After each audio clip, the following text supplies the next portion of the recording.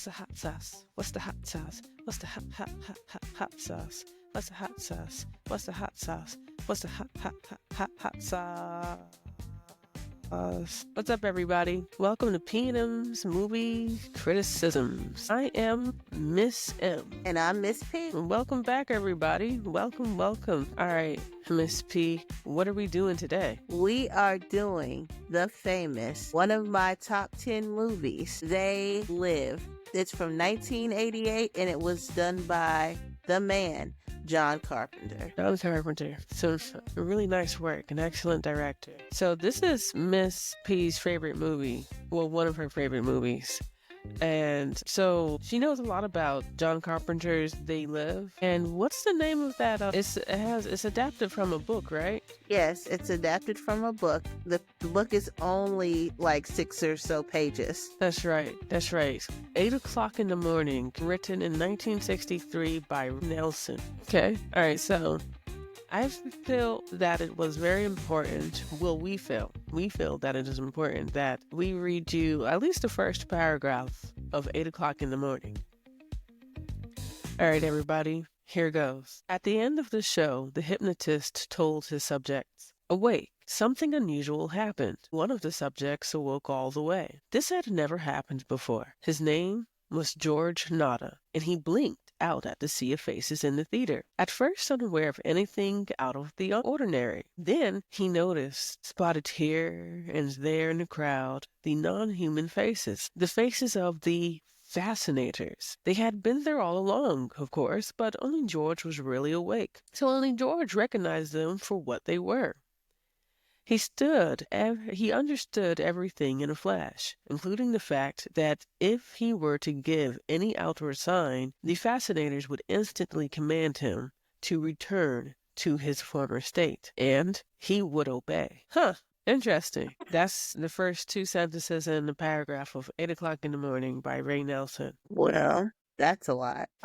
So what John Carpenter did was take that book, that short story, and he made a movie out of it called They Live, based on very, very similar things. And so the movie came out in November the 4th, 1988. The budget for the movie was $3 million to $4 million, and it made a return on the investment. That's important. You got to make a profit. At the time, it wasn't considered like, oh yeah, this is a great movie, yeah. But it definitely had its fans, and when it first came out, but it was something that a lot of people still had to get used to. And more importantly, it gained traction over the years, and it is now a cult classic. Yes. In the USA, it made $13.4 million back. So they tripled the budget, the box office. It was not received well when it first came out at all. But like Ms. M said, over time, it has now had a cult following. Definitely. So let's rate it. Let's give the hot sauce. Okay, so go down the hot sauce scale, Lee, and tell people what it is. So if you are new here, welcome. Okay, let us explain to you what the hot sauce chart is. We have a hot sauce chart at the top is the Carolina Reaper. You can't get it better than a Carolina Reaper. And then after that is the Ghost Pepper. The Ghost Pepper, that's a really, really, really good movie. You really enjoyed it a lot. But the Carolina Reaper, it has everything. It has the emotions, it has accuracy, it has lighting, it just nothing is left out. So then when you go to the Ghost is a really good movie, but there were things that perhaps could have been better. Underneath the Ghost is the Habanero. The Habanero is, okay, this is a pretty good movie. You're not upset at it. You enjoyed it.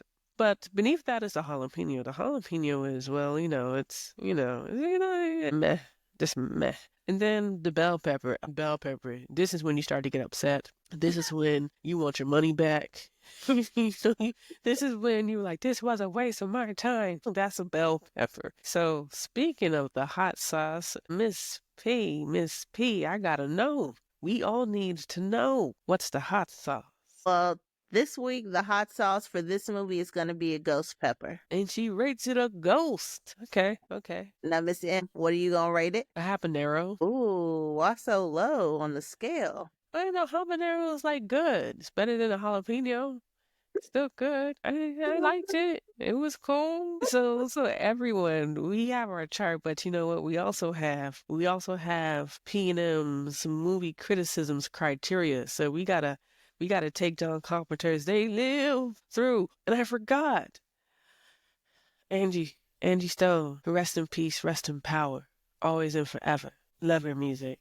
Love it. Miss P, how did you say Angie Stone passed? In a car accident. Man, she was only 63 years old, so young. Uh-huh. Man, but our heart goes out to her friends, her family, and just everybody who just ever loved and appreciated Miss Angie Stone's music. Yeah.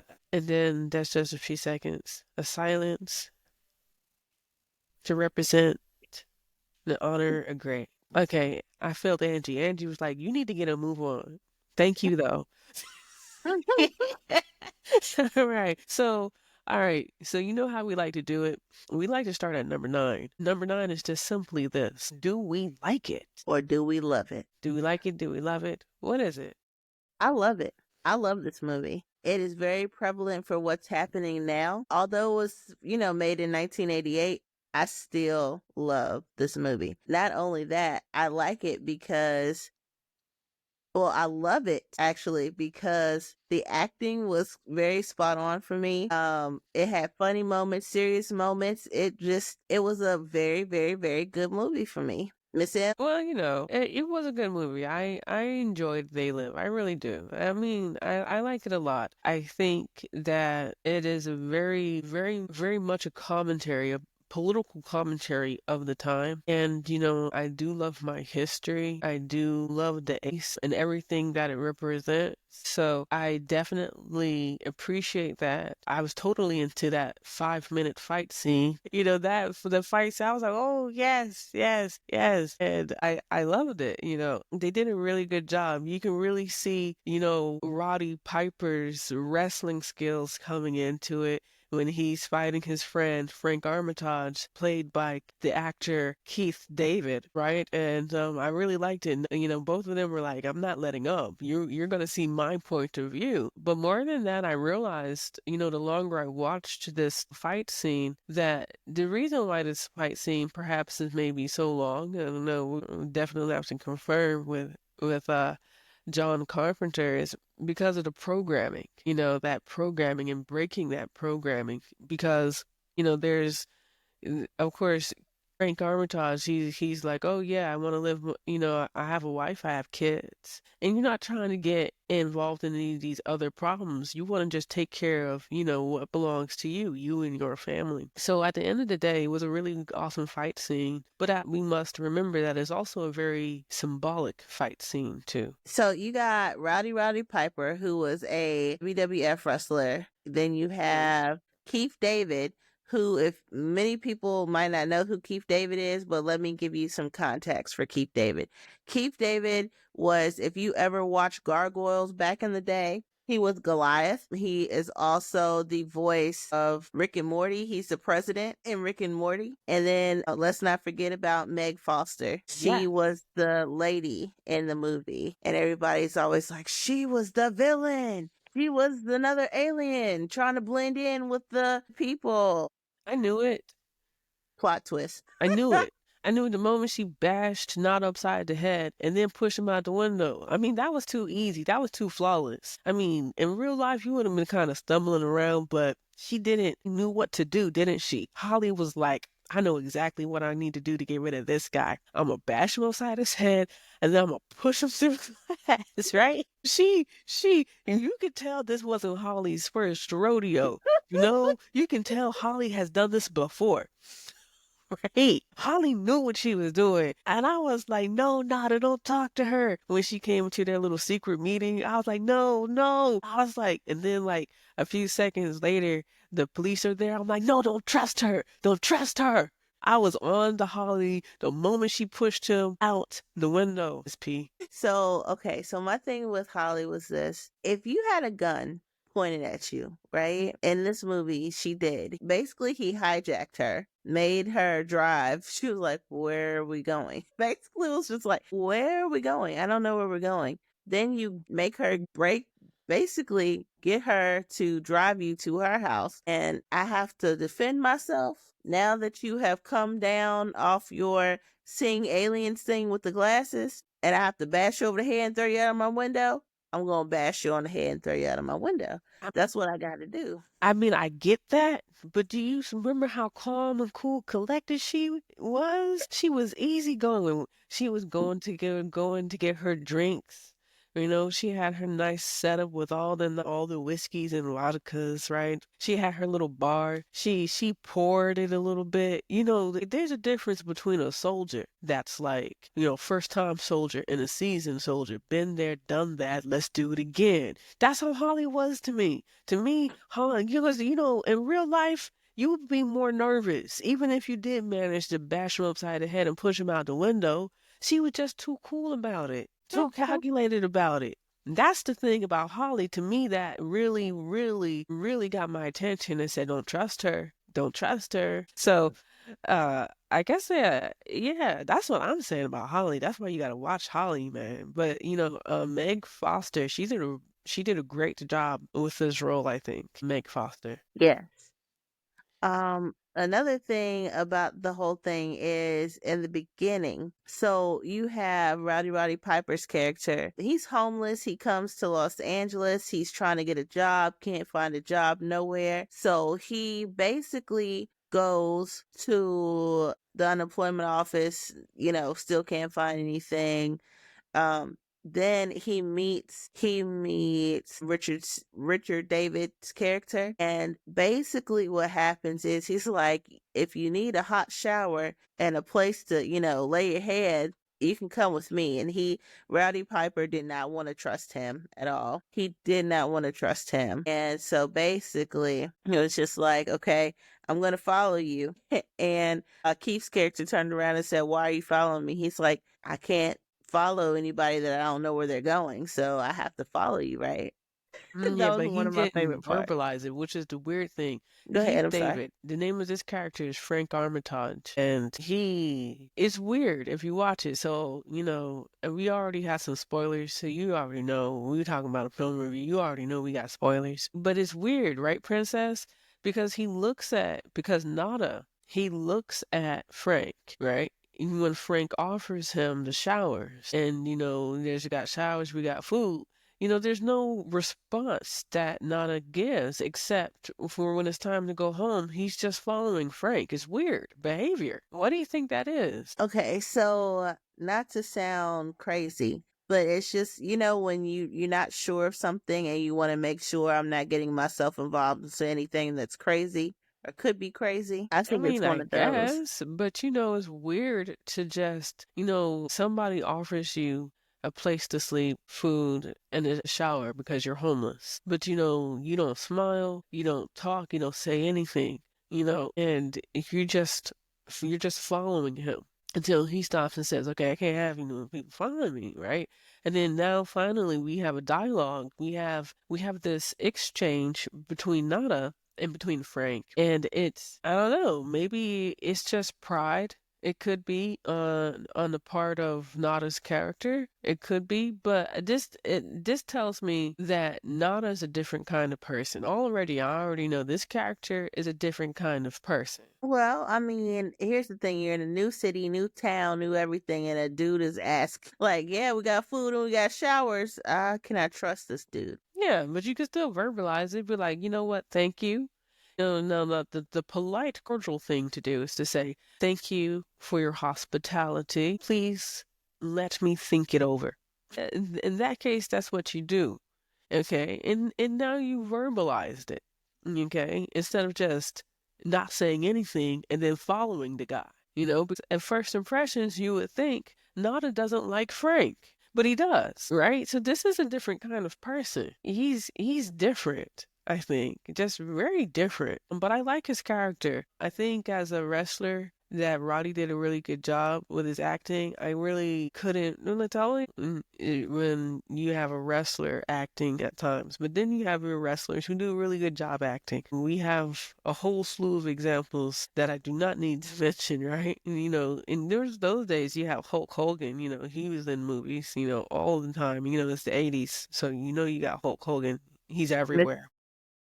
You have Hulk Hogan, Mr. Nanny. You have so the late 80s was just Wrestlepalooza. That's when all the wrestlers were in every kind of movie you could think of. But if Hmm. you want to bring it forward, you have John Cena, you have The Rock, you Yeah. have people like that, that are voice actors that are actually actors in movies. And so The Rock kind of broke everything and made everything more Hollywood. Like when he broke away from wrestling, he was like strictly acting, and he did several movies Can that you were really awesome. smell what the rock is cooking?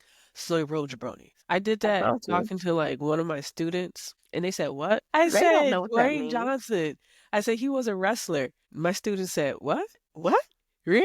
Oh my gosh, let me see." And then I had to get my student back focused. I said, let's spend a few minutes on Dwayne Johnson." Then I had to get my student focused, when you get old enough so that, these generations coming up don't even know that Dwayne Johnson made a full crossover from wrestling to acting.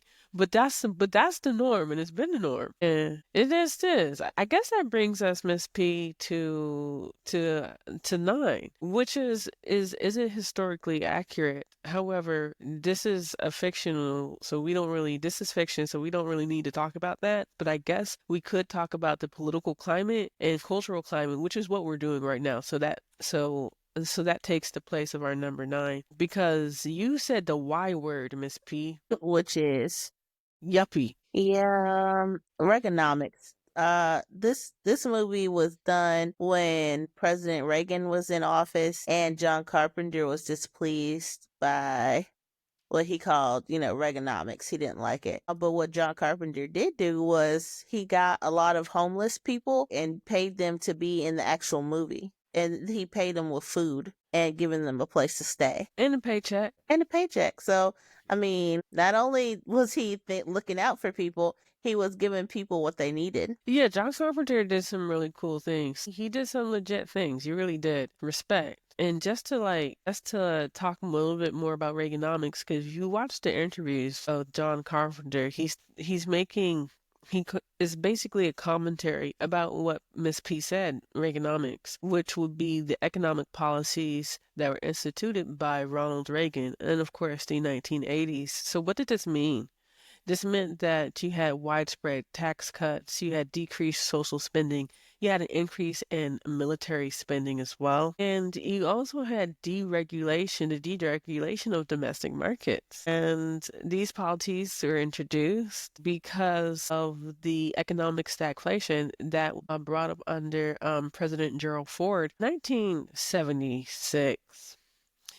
So this is what we're talking about in Reaganomics. And if you listen to John Carpenter and in his interviews, he's basically saying, I am a capitalist. I support capitalism. It's just that capitalism went into overdrive, right? Basically, like to put in the perspective, Lee gave the history, I'm just giving the visual. So when you put the sunglasses on, they basically it's ideology, which says it's propaganda. It's like obey the law, procreate, have more babies. Basically, it's everything. It's like listen, stay calm, be happy, have babies, obey.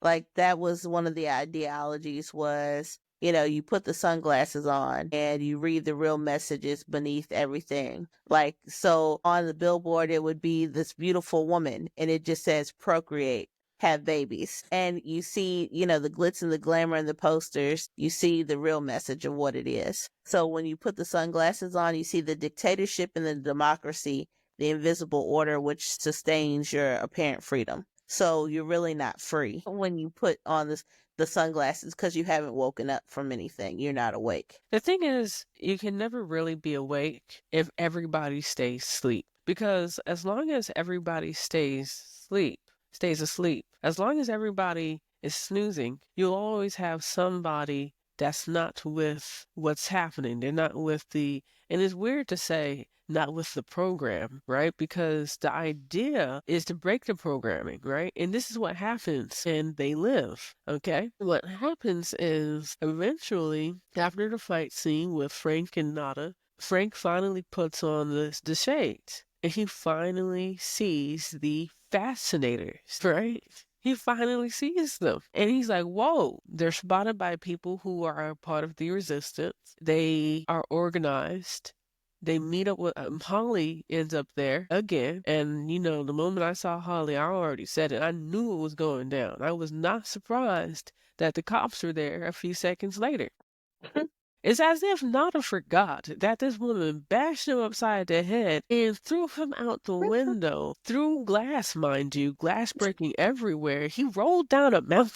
He rolled, he kept rolling. Then he went into a tunnel and he shrunk into a little ball and shivered. He forgot. He had Here's the forgotten thing. that this woman did this. She apologized to him. See, this is the thing. She apologized because Uh-huh. she said, I didn't know what was going on at the time and I just thought you were trying to attack me. So I threw you out the window. And I Yeah, was but like, that's the weakest apology ever. man, I would not, but it worked, didn't it? Uh-huh. Men in pretty faces, right?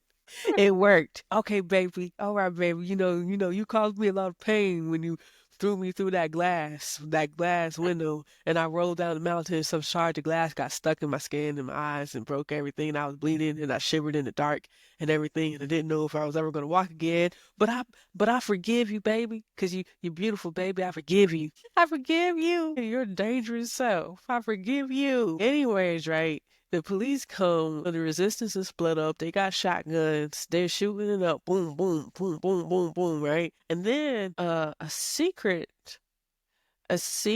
entrance into the Fascinator's basically bunker and their, I guess you can call this a base. It's a secret underground base for the Fascinators. And they end up there and it's called Channel 54, right, Miss P? Huh?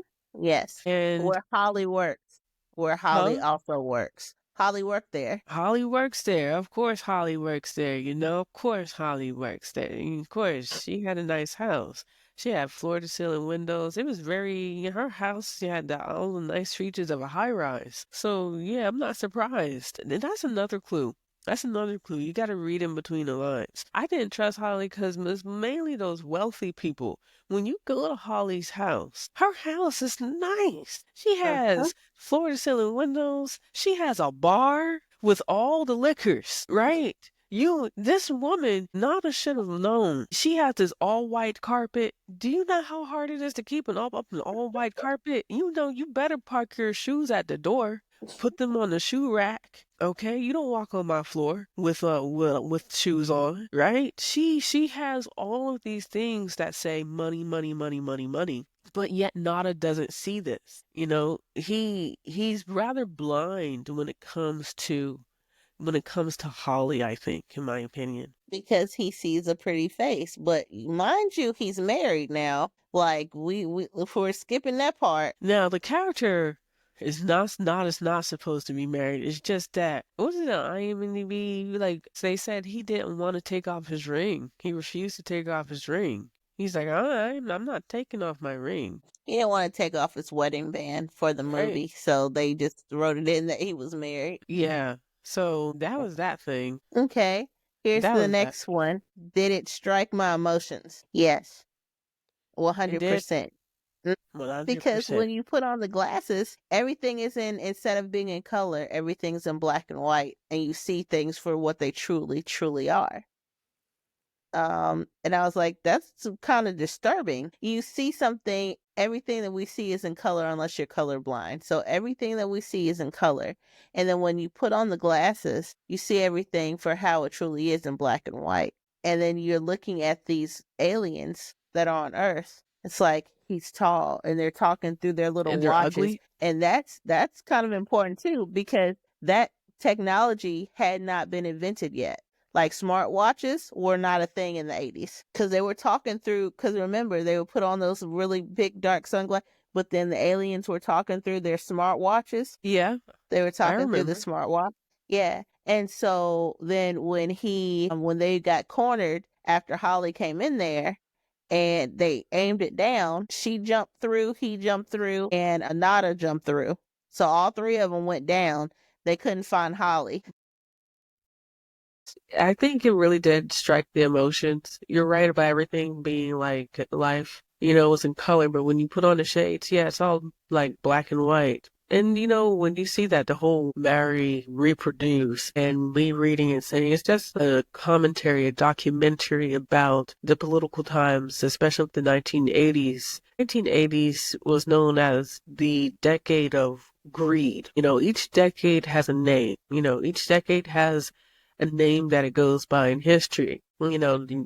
The 20s are the roaring 20s, right? These are depression. 40s you have war. 50s you have conformity and containment. 60s you have civil rights. Well, you get the point. Each decade is characterized by intrinsic characteristic, so to speak. So when you talk about the 80s, you talk about the era of greed, the decade of greed, and about marrying and reproducing, like Miss P said, it just started me thinking about people in different countries where people are not reproducing. And what happens when people don't reproduce? You don't have people to keep up your GDP.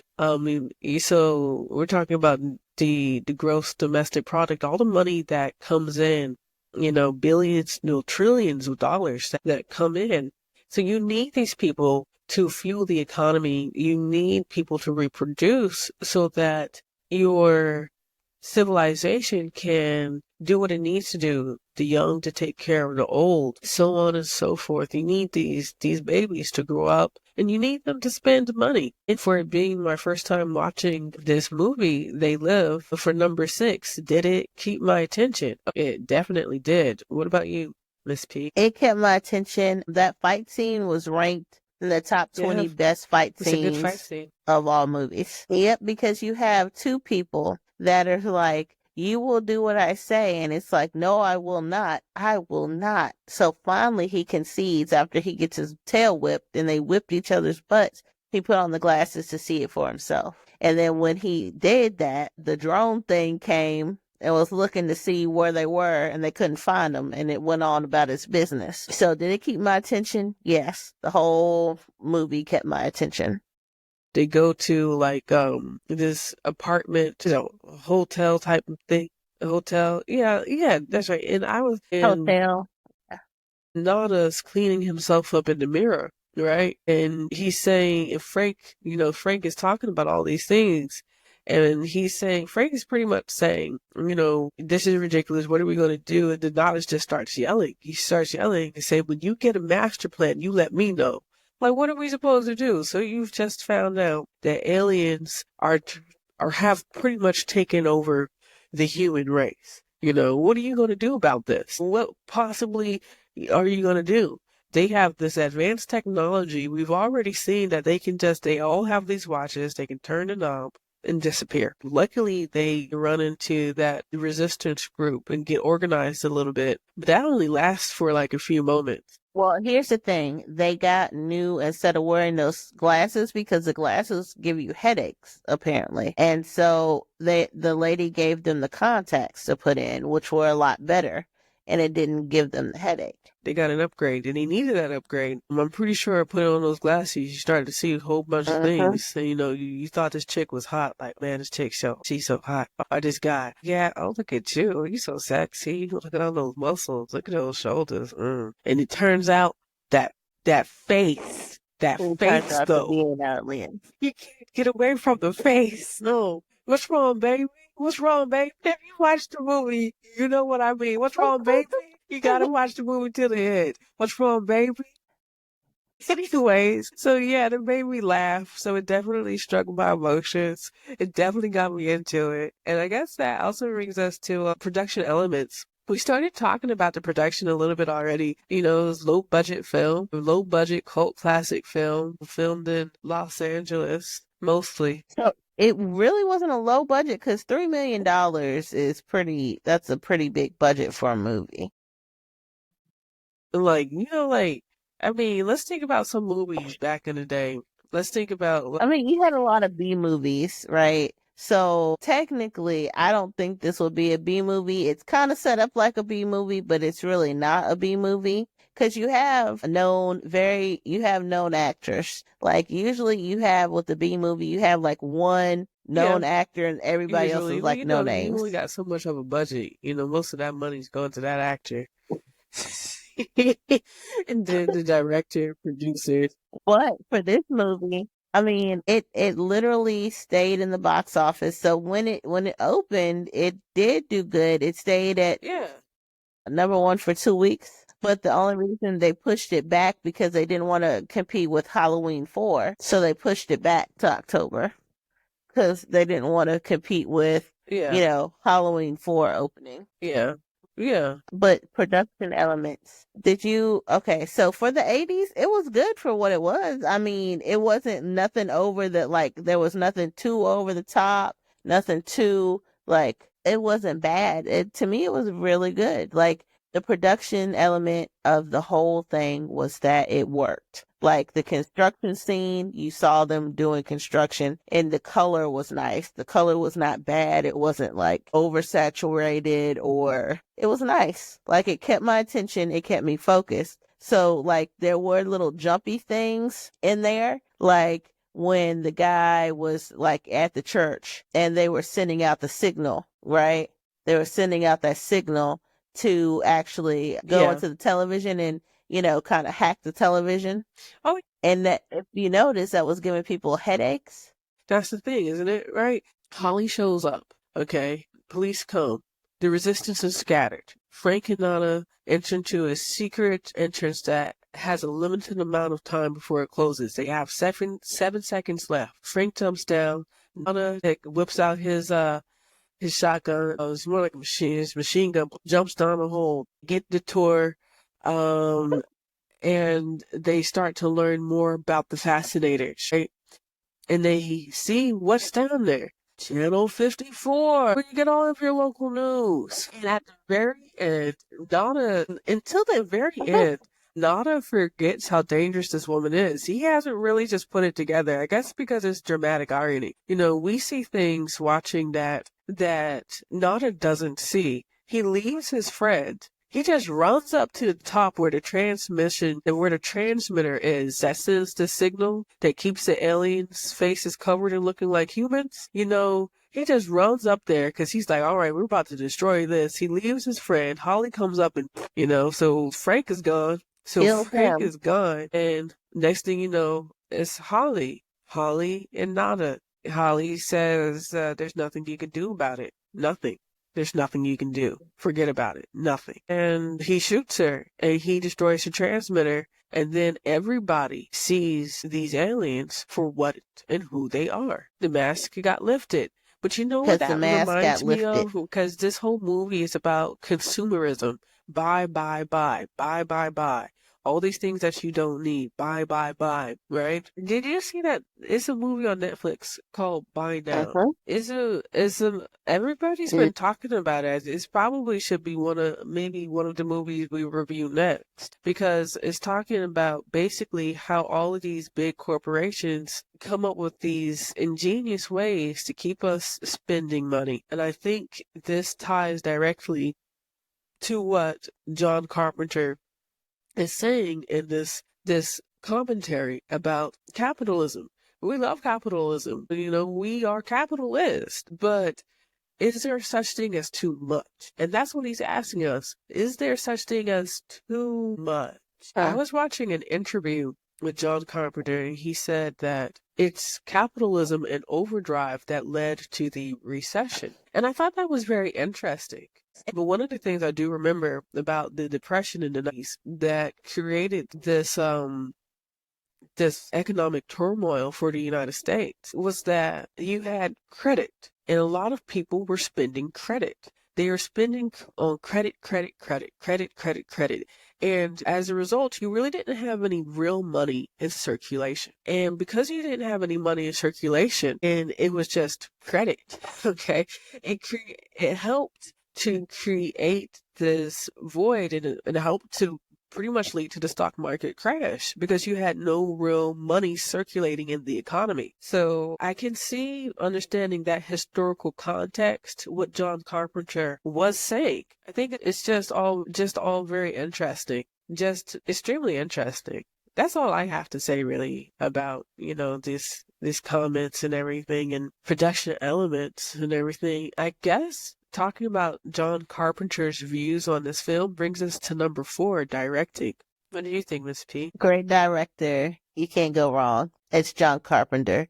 Him and another person did the music, and Who so did the music? let's really go into it. The Alan Howarth, John Carpenter and Alan Howarth. He got nominated for Best Music category for the Saturn Awards.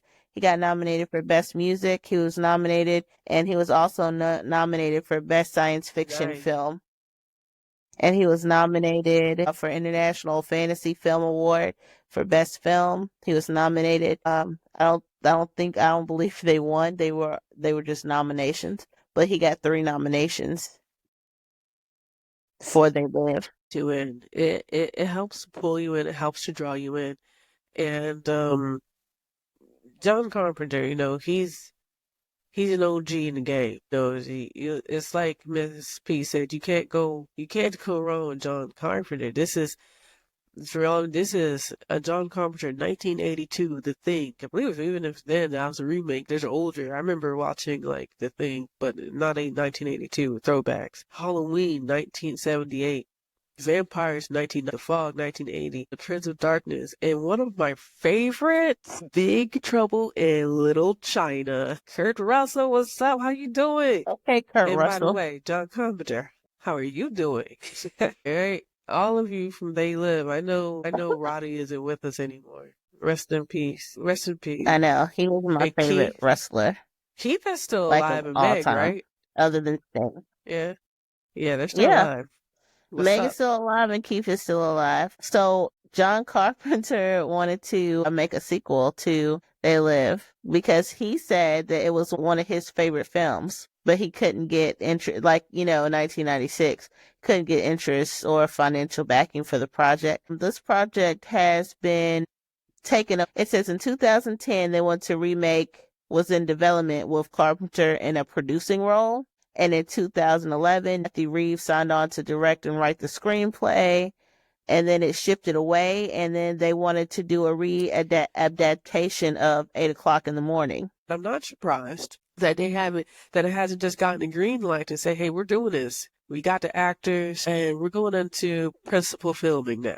I'm not surprised. I'm not. It's just, I mean, we're more consumerist now. Than we were in the 80s. Like we have a lot of I things like iPhones, iPads, me.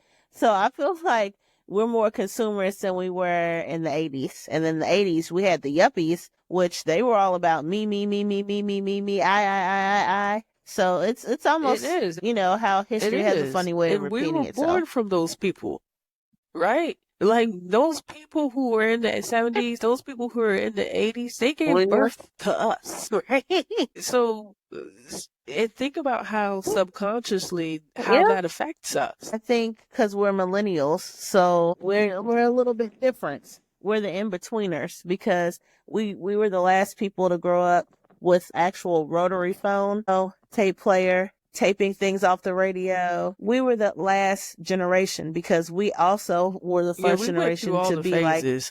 Dial up. AOL. Let's do the dial-up thing. But see, you gotta understand, we were that generation, we're the in-between generation where we had the last of everything and the True. first of Very everything. true.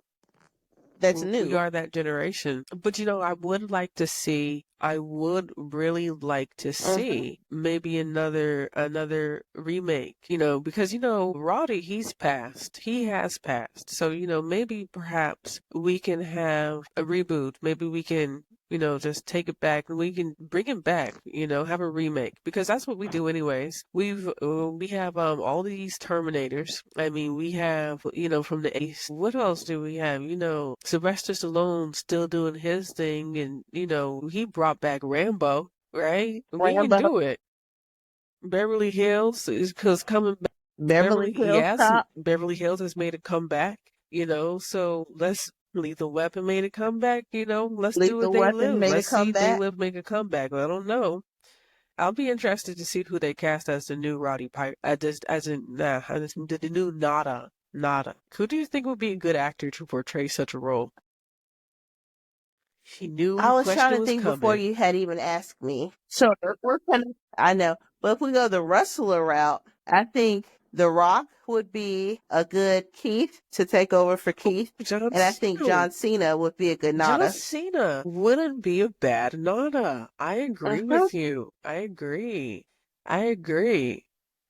That wouldn't be a bad Nada, John Cena. I can see that. Who do you think would be good for the part of Frank Armitage? Frank Armitage The Rock.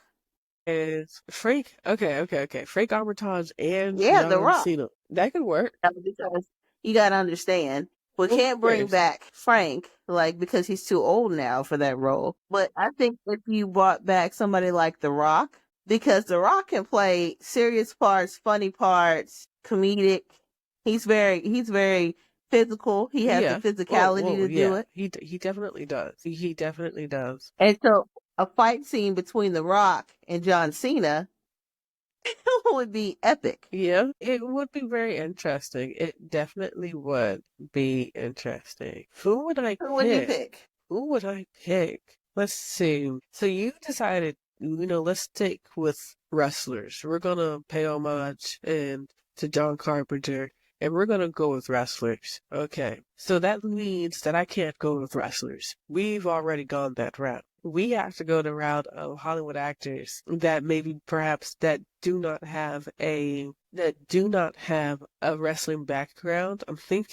I'm really thinking about it. I'm thinking about Hollywood actors that I would like to see in perhaps maybe a different role. That Hollywood actors that have been, say, typecast, and this is difficult. This is really, really difficult. For Nada, oh, there's so many choices. Say them. What about Chris It doesn't Pratt have to be spot on the money. as Just Nada? say it. Chris Pratt. Well, I don't see that because he's just funny to me. Like he's the funny guy. Like he would make me laugh. Like hee hee ha ha. But like when it comes to him like being Well, that's the serious, thing, though. I don't know That's the how I would thing. We take need to him give in that role. actors an opportunity to be something and to portray something that they don't usually portray. All I see I him want as to is a see actors. superhero I now. like Like when I from the see actors Marvel. do different things, I'm like like, Chris Hemsworth and Spider and everything when he was a villain. I liked him as a villain. And in Gray Man, where Chris Evans was a villain, I liked seeing him as a villain. Because he's always the hero, But in this case, what you said is Chris Pratt. He does play the hero, but this is still the hero. The only difference is this hero is a guy who is pretty much homeless, a wanderer. You don't think Chris yeah, Pratt but is down to I earth? want to see somebody down to earth play him. I'm not going to disagree. I mean, that's I your mean, we're opinion. I'm talking going to still about stick with my like, John Cena and The Rock. y'all, she doesn't think Chris is down to earth. Chris, you're gonna have to tell her. It's not that. It's just because he's been typecast so much, I'm used to seeing him play certain Guardians of roles. the And so when I Galaxy. think about seeing him play something else, where it's one of my favorite movies, this is one of my favorite movies. And so I don't want him Okay, to get well, in it there will be and up to like the make actor, everything a Chris, joke and his every acting 5 seconds.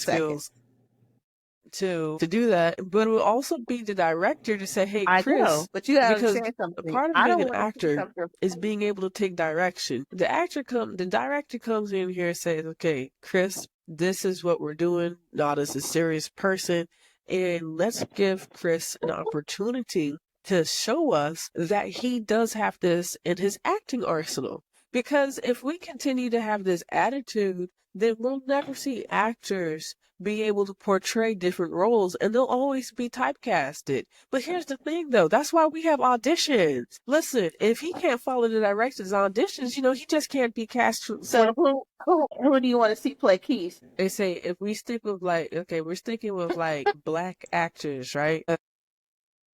one for you, but go ahead Oh, and say no, yours it's because it just cool. came to my It's thought cool. process. I'm trying to think myself what I want to see. What I want to see. Aaron I would like Pierre? to see Aaron Pierre. Sure. You want to know why? Okay. Not because he's cute, not because none of that, none of that. Because I think he could actually take the role and do something with it that's different. Because he's a good actor. Oh, you know, I Like, saw don't get me Rebel Ridge. wrong. I think we need to Aaron Pierre also, is a very good I actor. think we need to I review think, that movie too. okay. But that's why I keep saying Aaron Pierre, I think, would make a We're good going to start to get replacement like Uber for Hollywood. him. So we're talking about Aaron Pierre. What Mm-hmm. about Anthony Mackie? I still want to see The Rock.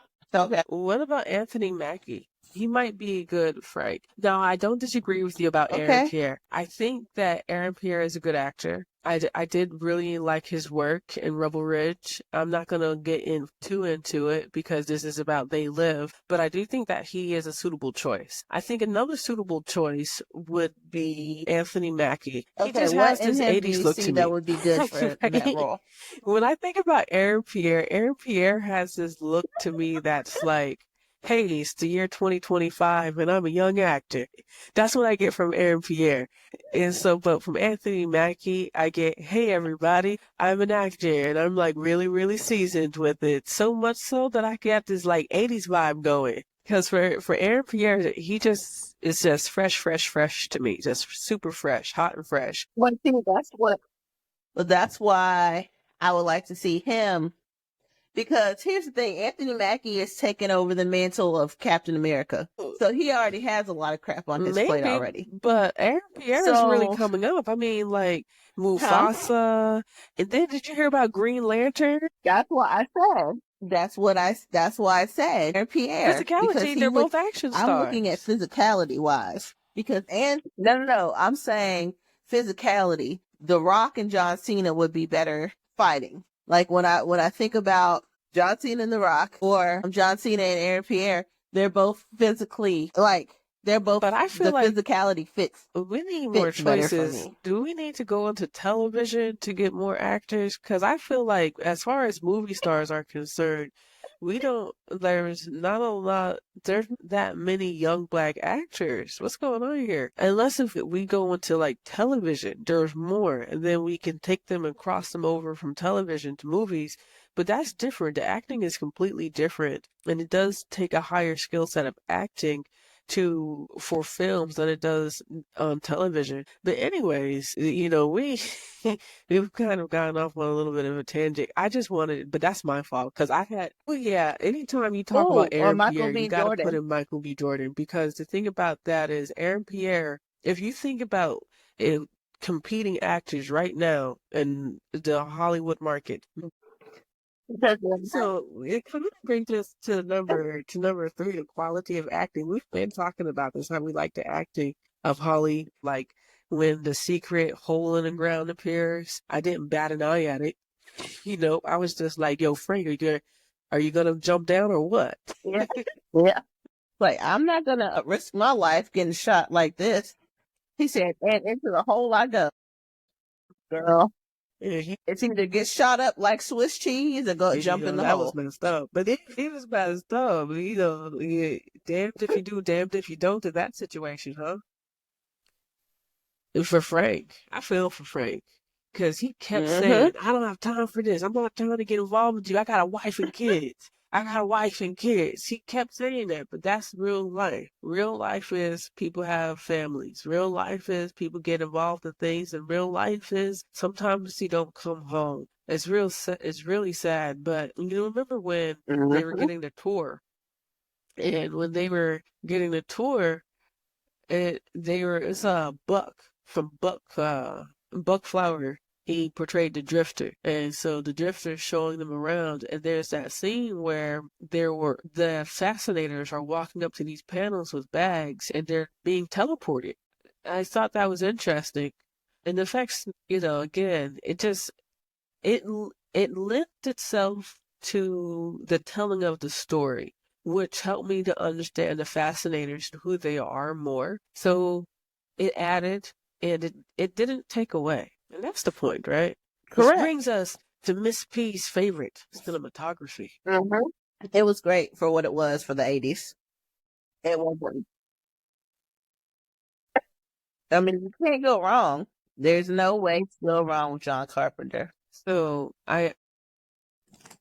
it's a really good movie. I'm sticking with habanero. I'm sticking with habanero. I I'm think still maybe I'm going. sticking with I'm habanero. still It's sticking with because my of girls. all of the political allegory in it. But one of the things that we do like to do when we do our film criticisms is to reflect upon what does this story say about the world that we live in? Because this is the stuff of movies. This is where we get our inspiration from. It's the real world. It gives us our inspiration for movies, even if it is an allegory. I was about to say, the movies that we watch, well, the movie that we watched today was a true reflection on consumerism, how we consume, what we consume, how much of it are we consuming, how much programming we have. When are we going to wake up and see this isn't the real world, that we need to do better as people? I'm still sticking with my ghosts. This movie is in my top 10 favorite movies of all time. There's a crazy amount of symbolism in this movie that just simply really cannot be ignored. I really wanted to see where Nada got the shades from. Like, really wanted to see that. That was what I was waiting for. And it was so interesting to me that it came from a church, the African Methodist Episcopal Church. AME Church, because they were also doing the interference, the hacking from there too. I just think that was the closest fight that they could get a church to where they were filming at, and they let them use the church. That's a Saint Jacques. He plays the street preacher. Did you notice that in the beginning, Nada follows Frank and he's getting a nice full plate of food and he's walking around the camp and he starts watching the television. Everybody's watching the television. Then those broadcasters start to come on the television that they're being programmed.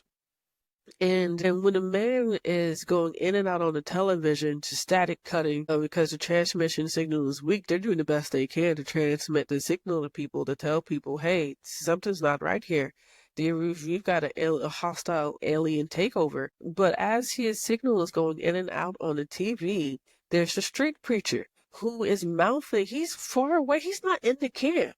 Do you notice? He's away from the camp. They cut from him to him, back and forth, back and forth, back and forth. And he is also part of the AME church too. I think there's some symbolism here. Well, he basically said they took my sight from me, but they can't take my mind, my hearing, my thoughts. So I do think the shades are very interesting and where he found them. It's a pity that most of them ended up in the trash. But if you saw, the whole trash thing got dumped out. So if he really would have thought about it, he could have found them in the trash. And because that whole dump got dumped out. I think that's good. I think that we covered everything, and that's our criteria. Maybe we should add symbolism to our criteria because symbolism is important. Although we could fit it in, but it's definitely something we should fit in. But everyone, we would love to know your comments. We would love to know your thoughts. We would like to know what you think about this social. This was a movie was as they say, a documentary with a lot of allegory in acting. So let's get a dialogue going. Don't be scared to leave comments. But what are we gonna do next week? We could do Buy Now because this movie actually reminds me of Buy Now, the shopping conspiracy. So what we're gonna have to do is figure it out, come back, and surprise everybody. Who doesn't like surprises? They will live and they will not die. And they will live and not die. You will thrive. All right, everybody. This is Miss M, and I'm out. See ya. Let's see. Until next time, next week.